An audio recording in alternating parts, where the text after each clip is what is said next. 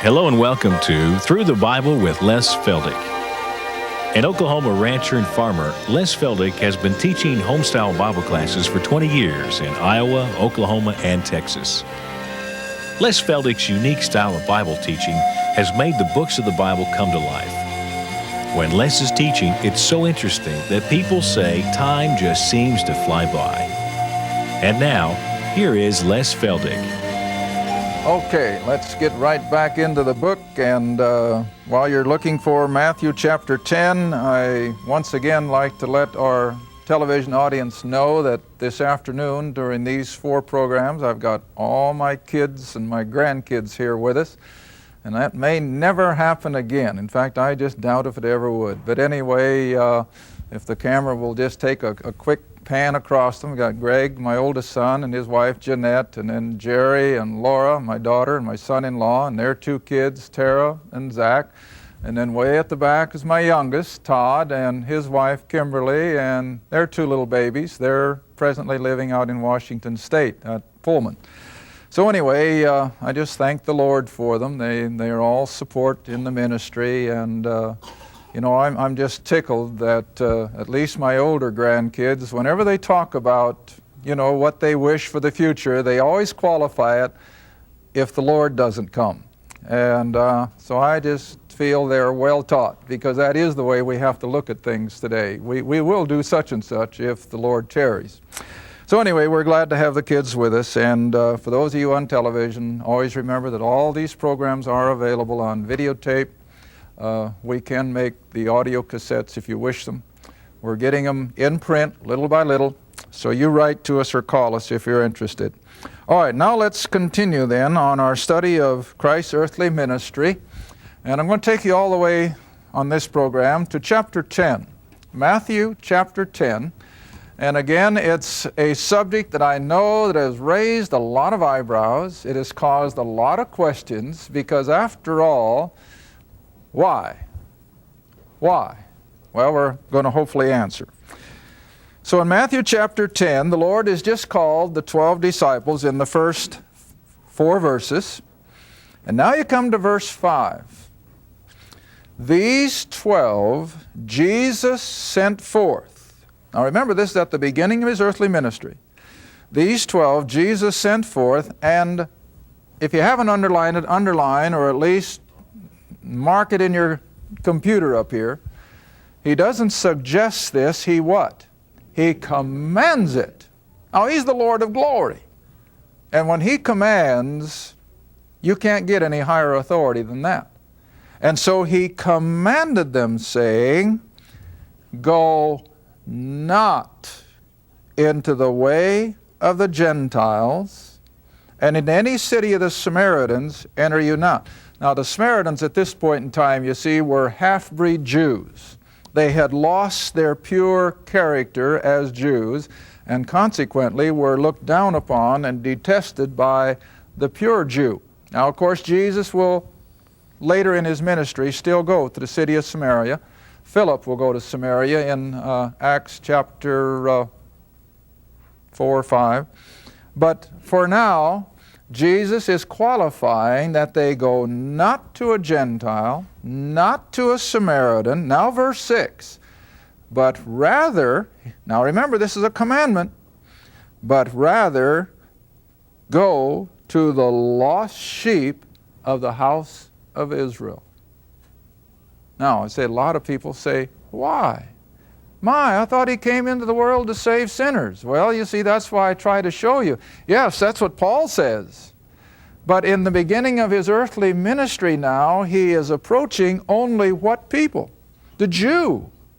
And why is he confining it to the Jew? This is covenant ground. Remember, I had it on the board. I'll put it on again until you see it in your sleep. The Abrahamic Covenant was that out of Abraham would come a nation of people whom God would put in a geographical area of land, and then one day he would come and set up the government in the person of the king, but he would also have to be their what? Their Redeemer.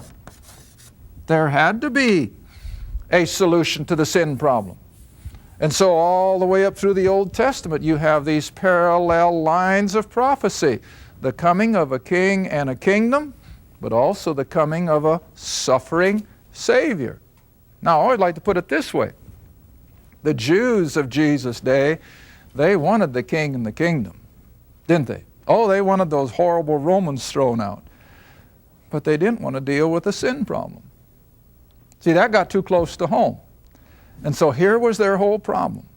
But nevertheless, what you have to understand, that the reason Jesus said what he said, he had come, remember the program, I think the 3 weeks ago now on television, for this afternoon, it was our first program.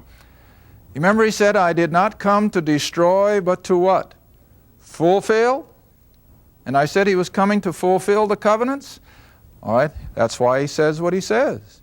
He did not come except to fulfill these covenants, which all rested on the Abrahamic covenant, and that included no one but Jews. Now that's hard for people to swallow, I know. In fact, I guess if I were to put a title on my approach to Christ's earthly ministry, rather than be guilty of plagiarism, I'll give the credit. You know, Robert Frost wrote a poem called The Road Less Traveled. There's a book on psychiatry by a gentleman whose name is, I think, Dr. Peck, and maybe you've read that one. Again, the title is The Road Less Traveled. And that's the way I would title my approach to Christ's earthly ministry, The Road Less Traveled. Now, I'm not alone. Don't think for 1 minute I'm just some kook out here all by myself. There are a lot of people who certainly ascribe to this same approach, but we're certainly in the minority. The majority, I said a while back, they think that as soon as you get into Matthew, you're in Christianity, you're in church ground, and nothing could be further from the truth. This is law. This is Jewish. And Christ came to his own, see? And until his own receive him not, we're going to have to deal with it as under the covenant promises. All right, so mark verse 6 again, where he commands, but go rather to the lost sheep of the house of Israel. Because after all, this is covenant ground. And you can't take covenant promises to a Gentile. Now, let's skip over to, where is it, chapter 15, I think? Yeah, Matthew 15. Now we'll drop down to verse 21. You know, I'm always reminded of someone I heard years ago. I was riding in my pickup, had the radio on, and I imagine it was a preacher someplace in this United States, and he was preaching on this text. And I'll never forget, I was so shocked when I heard the man say it. He said, you know, you got to remember that Jesus had just begun his earthly ministry, and as yet he didn't realize the real purpose of his coming. And he was still bigoted. That was the word he used. He was still bigoted. And he thought that he had to confine his ministry only to the Jew. And I thought, oh, you poor man. How can people be so blind? He wasn't bigoted. He knew what he was doing, far more than most theologians do today. And now look in chapter 15, and we have almost the same situation. Verse 21. And then Jesus went thence and departed into the coasts of Tyre and Sidon. Now those were wicked cities, you remember, up on the Mediterranean sea coast. Verse 22, and behold, a woman of Canaan, Jew or Gentile? Gentile. So a woman of Canaan came out of the same coasts or borders, and they cried unto him, saying, have mercy on me, O Lord, thou Son of David. My daughter is grievously vexed with a demon. Verse 23, but he answered her not a word. What'd that mean? He ignored her. He totally ignored her. Right? Read on. His disciples came, and they besought him, saying, send her away, for she crieth after us. What are the disciples saying? Lord, get rid of her. She's just a pest. She's a nuisance. She had evidently been following him for maybe a day or two. And the disciples said, Lord, get rid of her. We don't need something like that tagging along. Now remember, the disciples had already been in Christ's presence for some time, and they too understood that she was a Gentile and that they had nothing to do with her. All right? Now, if you will, come on to the next verse. And she now says, verse 24, Jesus speaking, I'm sorry, but he answered and said, I am not sent but to the lost sheep of the house of Israel. Plain language? You can't get it any plainer. And Jesus himself said it. He said, I am not sent but to the lost sheep of the house of Israel. Why? Covenants. There were no Gentiles in those covenants. It was Jew only. And so this Gentile woman was almost presuming upon something that she had no right to presume. Now, where she made her most costly mistake was up there in verse 22 when she addressed him as, thou son of David. See? Now that really qualified who he was and where she was coming from. She couldn't address him as thou son of David. That was a Jewish term. She's Gentile. All right, now you know the account. Verse 25, she comes back. And she worshiped him, and now she drops that son of David part and addresses him as what? Lord. See? Now that brings her a little closer. So now she says, Lord, help me. And he answered, verse 26, and said, it is not meet, it's not right to take the children's bread and cast it to the dogs. Who are the children?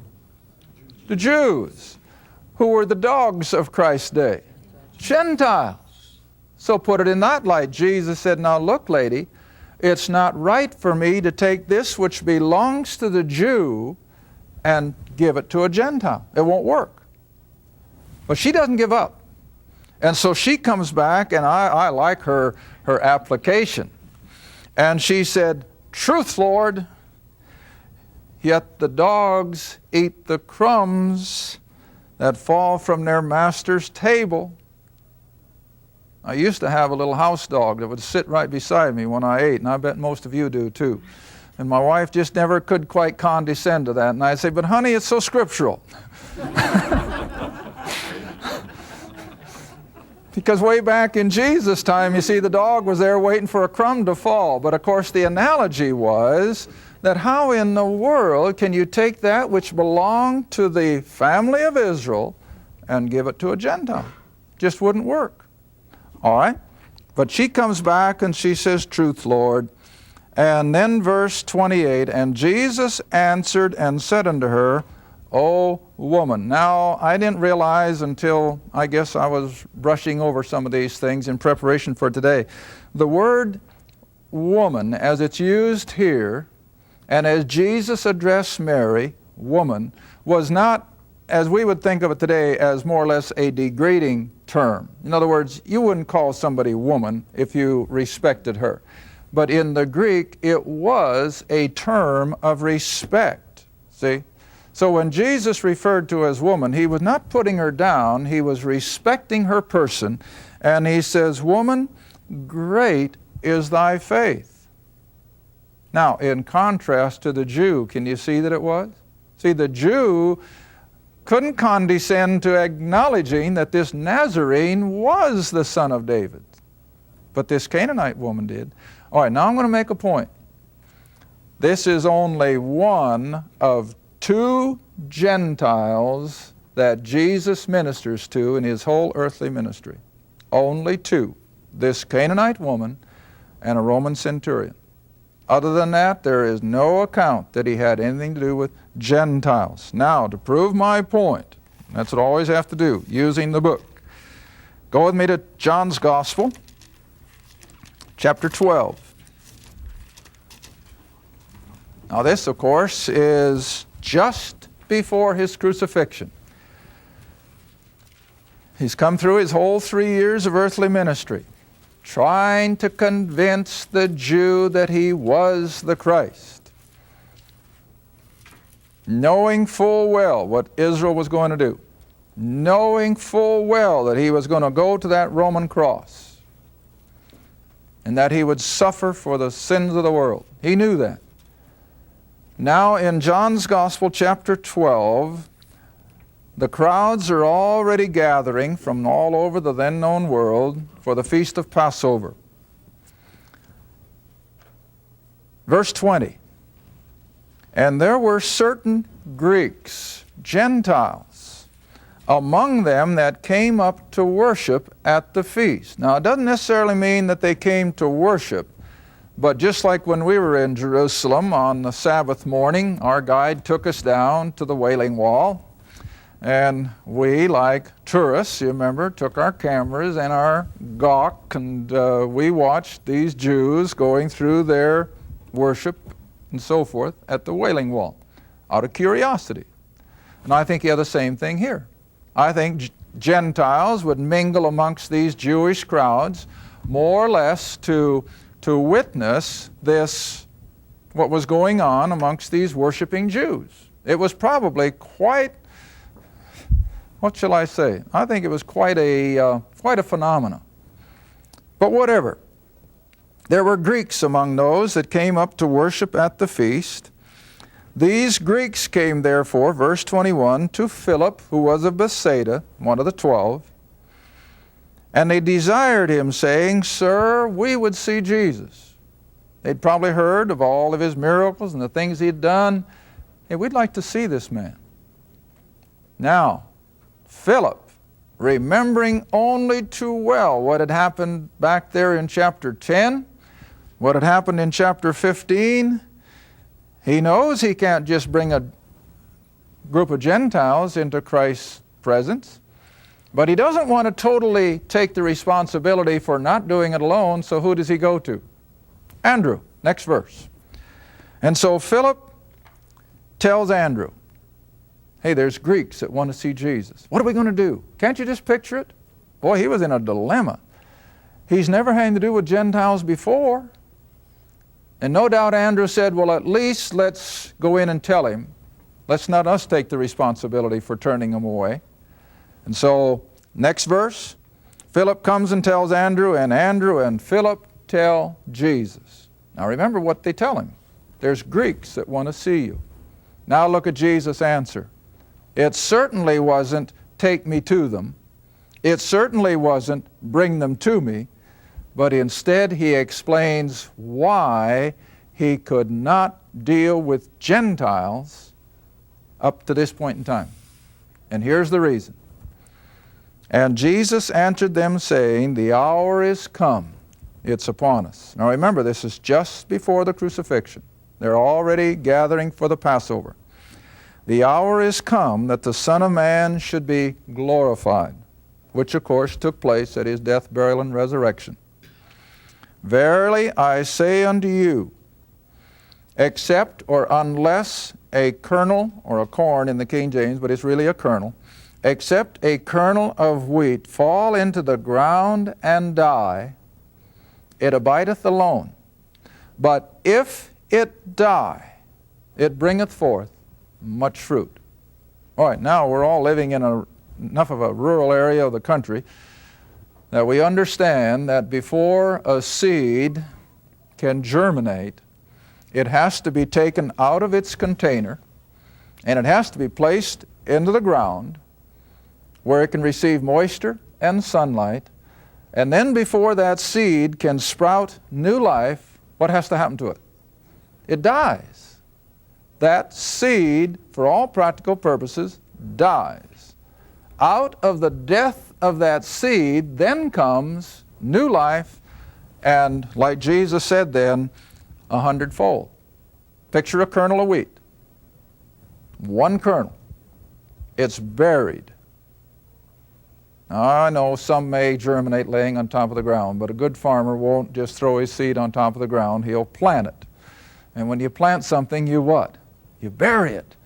And Paul uses that analogy in Romans 6, that unless we have been planted in the likeness of his death, what does it mean? Unless we've been buried with him, see, we cannot have new life. There has to be that experience of death. before you can have new life. All right, now this is what Jesus is explaining. That up until his death, burial, and resurrection, he could not be the true object of faith to a Gentile. He was on covenant ground. And on covenant ground, he had to deal only with the Jew. Now let me show you a verse in Paul. Ephesians. And this shocks people. That's why I like to teach. I like to see people see what the book says and then see their look of surprise. Now here's another one. Ephesians chapter 2, verses 11 and 12. And you don't need a theological degree to understand it. It's plain English. Just as plain as it can get. And yet I wonder how many people even know these verses are in their Bible. And that's why I have to use it when I point out that Jesus did not deal with Gentiles. Now look at it. Ephesians 2, verse 11. Wherefore Paul writes, and remember now, Paul is writing to Gentile believers. Ephesus was a Gentile city, it was a Gentile church. And to these Gentile believers he says, remember that you, being in times past Gentiles in the flesh. You see that? Who are called uncircumcision by the circumcision in the flesh made by hands. Now, to qualify that, who were the circumcision? The Jews. What did they call Gentiles? Uncircumcised dogs, a lot of the time. All right, so Paul is referring to that. You Gentiles who were referred to as uncircumcised by the Jew.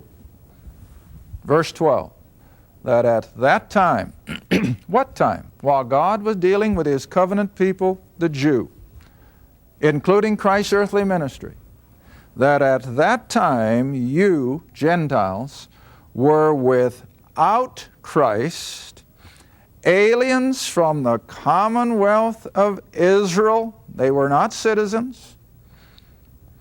Strangers from the covenants of promise. See how plain this is? With or having no hope and without God in this world. I didn't write that. Paul, under the inspiration of the Spirit, wrote it, and he said that you Gentiles were not in the covenant promises. You were not citizens of the nation of Israel.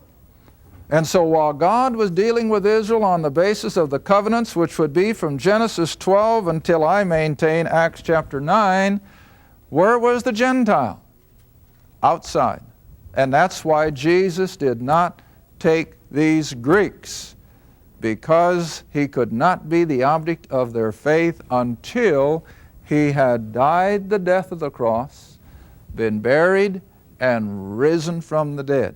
Now it's interesting in that same light. You all know the story of Jonah.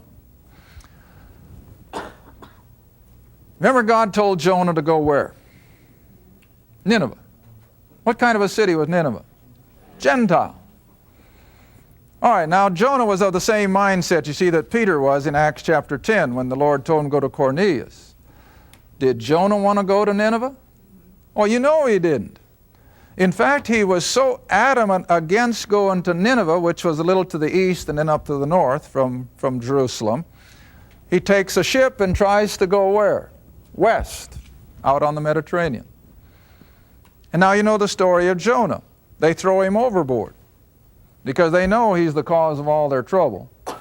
But in the process of his being thrown overboard, a great fish takes Jonah, about like an Oklahoma bass would take a minnow.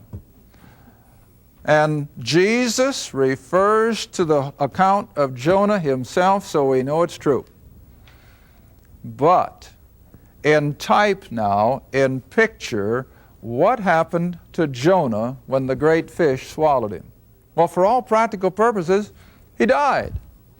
How long was he in the belly of the fish? 3 days and 3 nights. In fact, Jesus made that same allusion. As Jonah was in the belly of the great fish, so also shall the Son of Man be in the heart of the earth 3 days and 3 nights. All right, after the 3 days and 3 nights, what did the fish do with Jonah? Pitched him back up on shore, brought him back to life for all practical purposes. In type, a resurrection. Now then, after experiencing death, burial, and a resurrection, now where can Jonah go? To the Gentile. And that's where he went. And what happened? Nineveh repented in sackcloth and ashes. But you see, Jonah was not a fit servant until he had fulfilled the type. And so that's what Jesus is saying, that until he had experienced death, burial, and resurrection, he could not be the object of faith for the mass of the Gentile world. But he has. And so now then, are you still in Ephesians chapter 2? All right, now look at verse 13. See, we don't want to leave you with verse 12. That's hopeless. But oh, look at the next verse. But, you know, I've told my classes for 20 years, that little 3-letter word is one of the most important words in Scripture. Paul doesn't leave us without hope, without God in this world. But the flip side now is that in Christ Jesus, you who were sometime far off, as Gentiles were then, are made nigh, that is, to God, not by the law, not by the covenants, but by what? The blood of Christ. The finished work of the cross. Now, I don't know how I can make it any plainer. That this is why the Jew was under the covenant promises and the Gentile had no part in it. But when Israel refused it and rejected it, God set him aside temporarily, not forever, remember, but temporarily, and he turns to the Gentile in grace. And remember in the last program we pointed out the difference between law and grace? All right, now then in grace, based upon this death, burial, and resurrection, God now can impart salvation to the whole human race. He doesn't confine it to the Jew, he doesn't confine it to the Gentile, but it goes to all. Thank you for watching Through the Bible with Les Feldick, a weekly Bible study. If you would like more information about the Les Feldick Ministries, a Bible study in your area, or about this program, write to Les Feldick Ministries, Route 1, Box 760, Kinta, Oklahoma, 74552. That's Route 1, Box 760, Kinta, Oklahoma, 74552. Through the Bible with Les Feldick is viewer supported, and your gift is appreciated. Thank you, and be sure to tune in next time for Through the Bible with Les Feldick.